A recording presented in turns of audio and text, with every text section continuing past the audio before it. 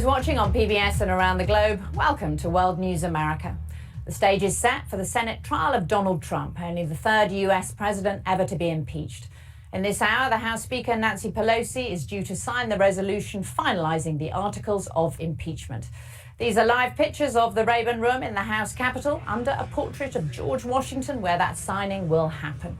Today, Mrs. Pelosi appointed the lawmakers who will prosecute the trial. Democrats accuse Mr. Trump of abusing his power and obstructing Congress by leaning on Ukraine to get an investigation into the Bidens for his own benefit. Well, earlier, when House Speaker Nancy Pelosi did name those 7 Democratic lawmakers who will be the impeachment managers, they were then approved by a vote in the House. For more on the day's events, I'm joined now by Elizabeth Wydra, a legal expert who's president of the Constitutional Accountability Center.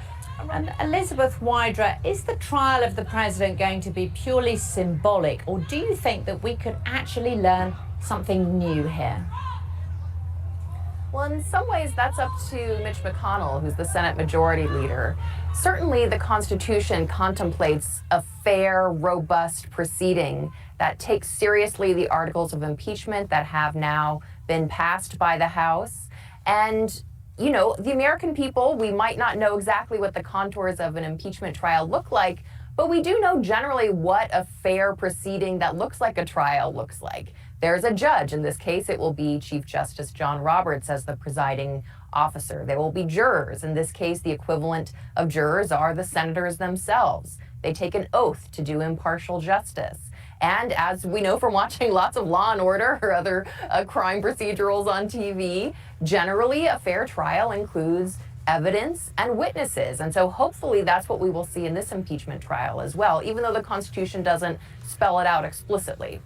First. So, Elizabeth, do you think if the president is acquitted, even if he's acquitted, does that undermine the effectiveness of impeachment as a constitutional mechanism? I think it's incredibly important as a constitutional matter that the House took the action that it did. You know, it's important to remember the basis for these articles of impeachment in the first place, and that is an egregious abuse of power by President Trump. The desire to use his office for his own personal political gain, leveraging the power of the Oval Office for his own personal benefit, putting at risk American national security, thwarting appropriately, congressionally appropriated funds that were supposed to be military aid for the Ukrainian government. And so it's important that there are consequences. And impeachment by the House is a serious constitutional consequence that will go down in history and always be associated with President Trump's name. I think if he is acquitted, and I don't think it's a foregone conclusion, especially given all the evidence that we've just seen come out, in addition to the overwhelming evidence that the House already uncovered in its impeachment inquiry. But I think if he is acquitted in the Senate, a lot depends on the contours of the trial that Mitch McConnell puts on under the presiding officer of Supreme Court Chief Justice John Roberts. If it isn't a fair trial, if it isn't a robust trial with ample evidence and witnesses, then I think a lot of people are going to see it as a show trial, as a mere political theater, and not the serious constitutional proceeding that an impeachment trial should be. But Elizabeth, just tell me, you're going to be looking very much, aren't you, at the role of the Supreme Court Justice John Roberts. He's going to preside over this trial. What are you going to be looking for? Yeah, absolutely. And I would just say to Ron, as a constitutional scholar and lawyer, that's certainly my opinion that he has violated the Constitution in an impeachable way. Certainly the proceeding, I hope, will match the robust trial that we see in our criminal justice system here in the United States.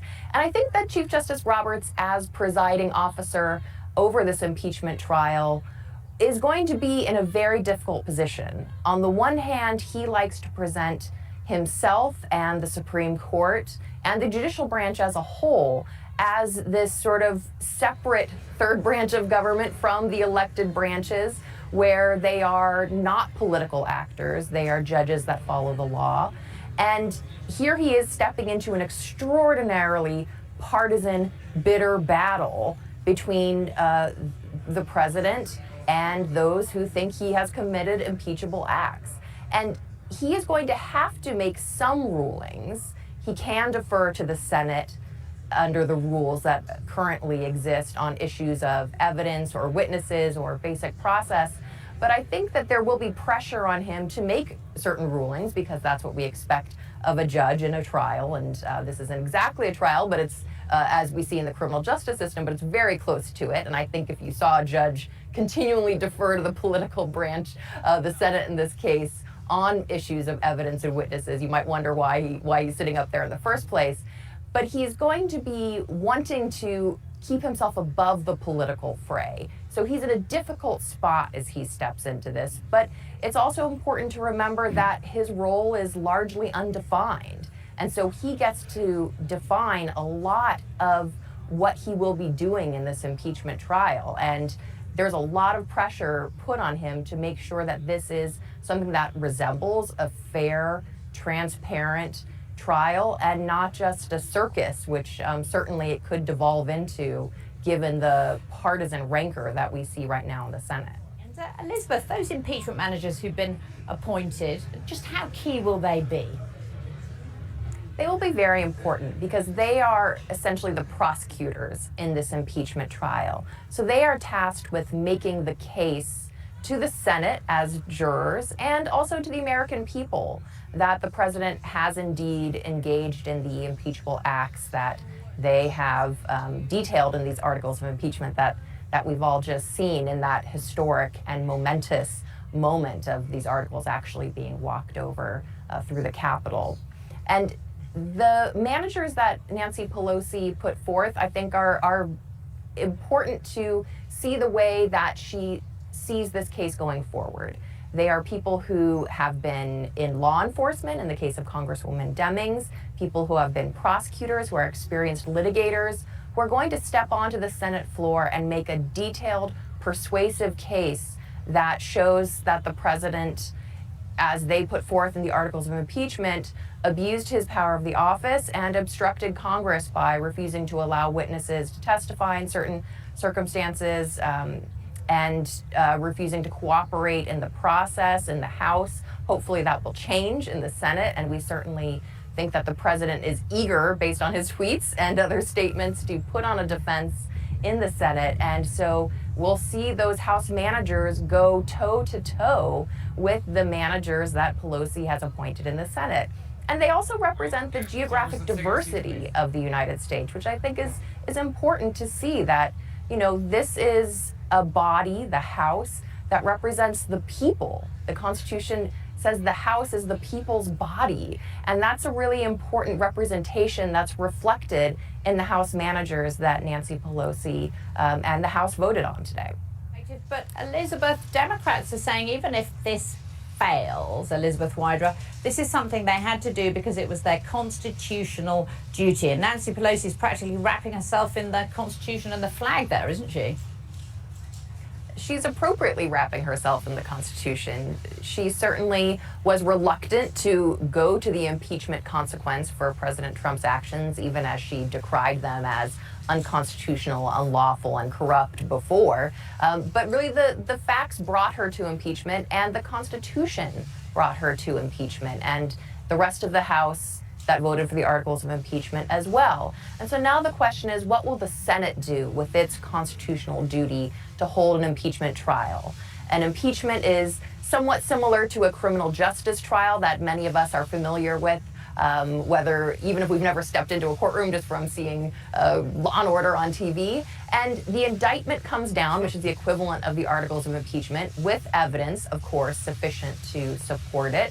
But then, of course, there are additional witnesses, evidence that can be brought forth in the trial. And so certainly the House managers are going to be pushing for that. And I think there are some Republicans who will be pushing for that as well, because they want a fair trial. And we have these House managers, these prosecutors, whose diversity equals their excellence. Diversity and excellence go hand in hand here with the managers, as it does in every other aspect of life. And I think they're going to make a very powerful case based on what we've seen already through the House impeachment inquiry, but also what we've seen just recently come out.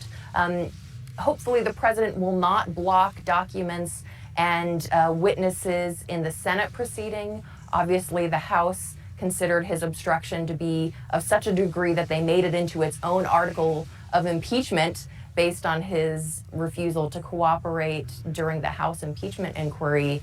But the Senate is a whole new ballgame. We have Chief Justice Roberts presiding. He's going to want the impeachment trial to look like a fair and robust proceeding, and the American people want that as well. So the Constitution now puts it in the Senate's court, and we'll see what they do. So, and Elizabeth Wydra, the trial in the Senate will be about whether the president obstructed Congress and abused his power. Is this what the founding fathers had in mind when they designed impeachment? Absolutely. So we see coming out of the House the articles of impeachment that talk about the president abusing his office, considering himself above the law by obstructing the congressional inquiry itself. That's the second article of impeachment. And the founders put the remedy of impeachment into the Constitution precisely for situations like this, and a situation specifically contemplated by the founders, the idea that a foreign government could be used to corrupt the American presidency. An individual who is given so much power by the Constitution as our chief executive is uniquely, as the founders knew, susceptible to corruption. And they were specifically concerned about foreign corruption. And they put impeachment in the Constitution knowing that obviously we elect our presidents democratically here in the United States. But they knew that there must be a time, if circumstances warrant, where the Congress takes into its own hands whether or not someone should be removed for high crimes and misdemeanors, as the Constitution says. Particularly because, as the founders knew, a president could try to manipulate the democratic process in such a way that impeachment was the best remedy instead of just the ballot box, which is what we normally use.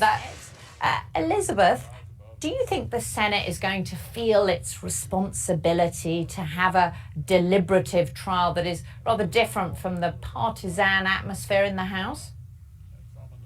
Certainly, as evidenced by what we've just heard, this is a historic, solemn moment. And I certainly hope that the senators feel the weight of that constitutional responsibility. For only the third time in American history, a president has been impeached. And now, according to the Constitution, the Senate has the responsibility for a trial to see whether he should be removed from office based on those articles of impeachment. This is certainly a very solemn duty. And while President Trump, no matter what happens in the Senate, will always be noted in history as someone who has been impeached, I think the way that history views if he is acquitted, which a lot of observers think he will be, I don't know that that's necessarily a foregone conclusion, especially if we have a robust trial.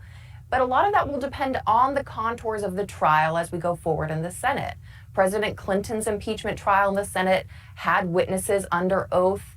There was evidence presented. And I think the question will be whether or not we have that same kind of fair trial in the Senate, and whether or not the evidence and witnesses that the House managers are going to ask for in the Senate are allowed to be heard. Certainly the American people want a fair trial. I think Chief Justice Roberts, who is going to be in the difficult position of trying to bring solemnity and order and constitutional gravitas to what could be a partisan political circus in the Senate, is going to want a fair trial as well. And so we'll really see how Mitch McConnell deals with his majority of Republicans in coming to that conclusion or not. It's going to be a difficult position, I think, for the Chief Justice as he presides over this trial, if there is an attempt to try to short circuit the impeachment trial process.